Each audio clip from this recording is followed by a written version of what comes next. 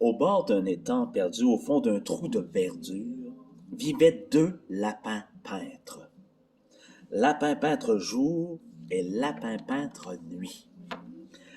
Lapin peintre jour dessinait le reflet du ciel sur l'étang durant le jour et lapin peintre nuit le reflet du ciel sur l'étang durant la nuit.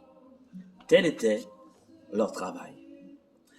Lapin peintre jour aimait peindre les changements de lumière avant un orage, l'arbre qui se penche, le vol d'un oiseau ou d'un nuage.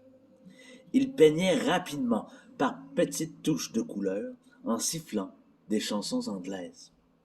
Avec son long pinceau, penché au bord du ponton, il apportait au reflet ses corrections.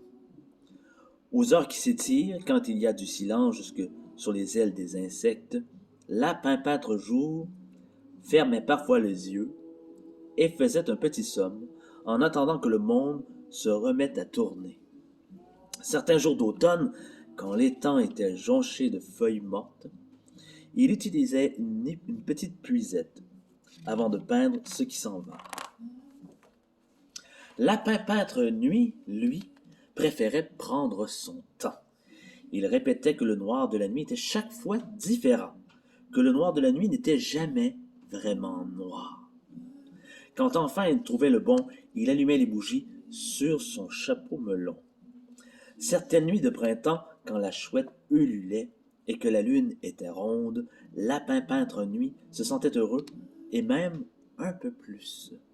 D'autres nuits, plus rares celles-là, il réussissait presque à peindre le souffle de la nuit.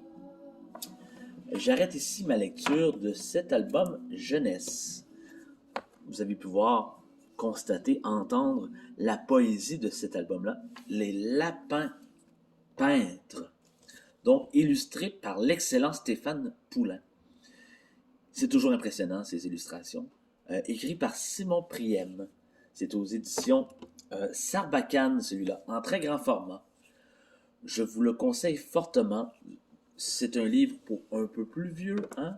Les plus jeunes comprendront peut-être pas toute la symbolique de la poésie du livre en question. Les parents vont aimer aussi. C'est pour tout le monde, cet album-là, en fait, parce que les illustrations, eh ben, elles sont tout simplement magnifiques.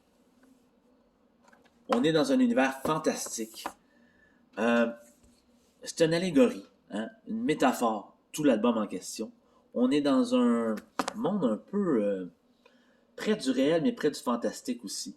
On n'est pas à des années-lumière d'un univers qui pourrait peut-être faire penser à Alice au Pays des Merveilles de Lewis Carroll.